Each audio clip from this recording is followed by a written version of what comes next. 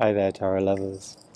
So this reversed Eight of Cups came up, and I think there are a couple of important questions that come up when this card um, appears reversed in any of your readings or any of the questions that you might have.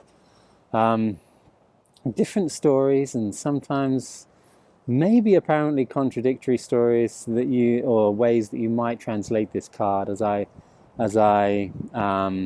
have previously stated in a video that's maybe a little bit more complete that you'll see at the end of this one, or there'll be a link on YouTube if you want to check that out. But so this card is this retreat away from the cups. Now,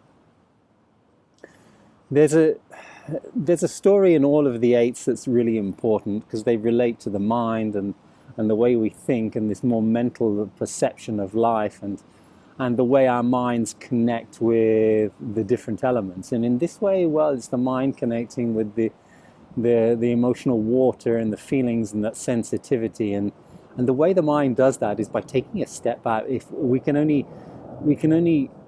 really connect mentally with our feelings, I mean consciously so, with our mind, by observing them, by actually detaching from them in a certain way and looking at them and understanding, okay, this is a subconscious emotional pattern that relates to this way of thinking, that relates to that belief and that thought.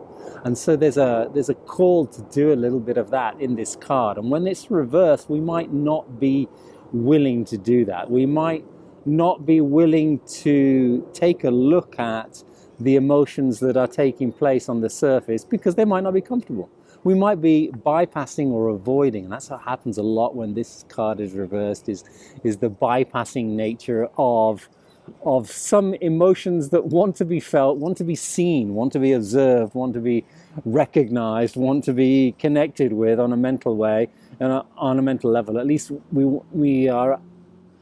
There's a part of us that wants to be conscious of those emotions, and there may be another part of us that's going, nah, rather not look at that, because if I look at that, I'll have to take responsibility for that, and the responsibility for that means there might be some shame or some guilt or some fear that might be also be connected to what we don't want to look at. And yeah, I can relate to that a lot. And shame stories, fear stories, and guilt stories are always going to block and encourage us to bypass looking at things, bypass observing our subconscious stories, because if we look at them, we kind of have to own them. And if we have to own them, then we might have to do something about it. Ooh, scary stuff.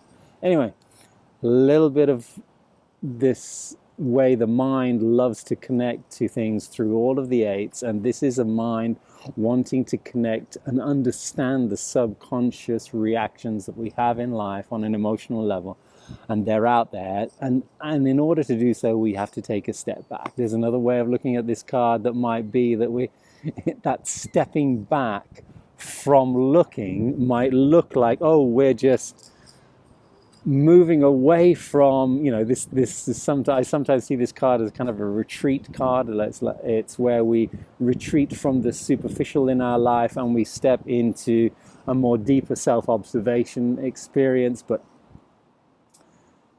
this card can also mean that we're stepping away from those feelings that are coming up in the reactions in everyday life that may well be uncomfortable, and we are retreating away from them, but not to look at them, but to hide from them.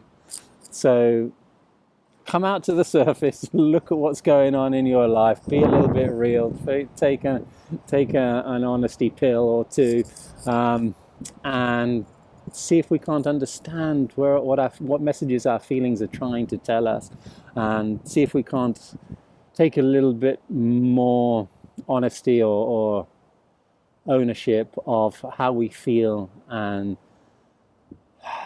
step up to the consequences of those emotions and what they might be encouraging us to do a little bit more of.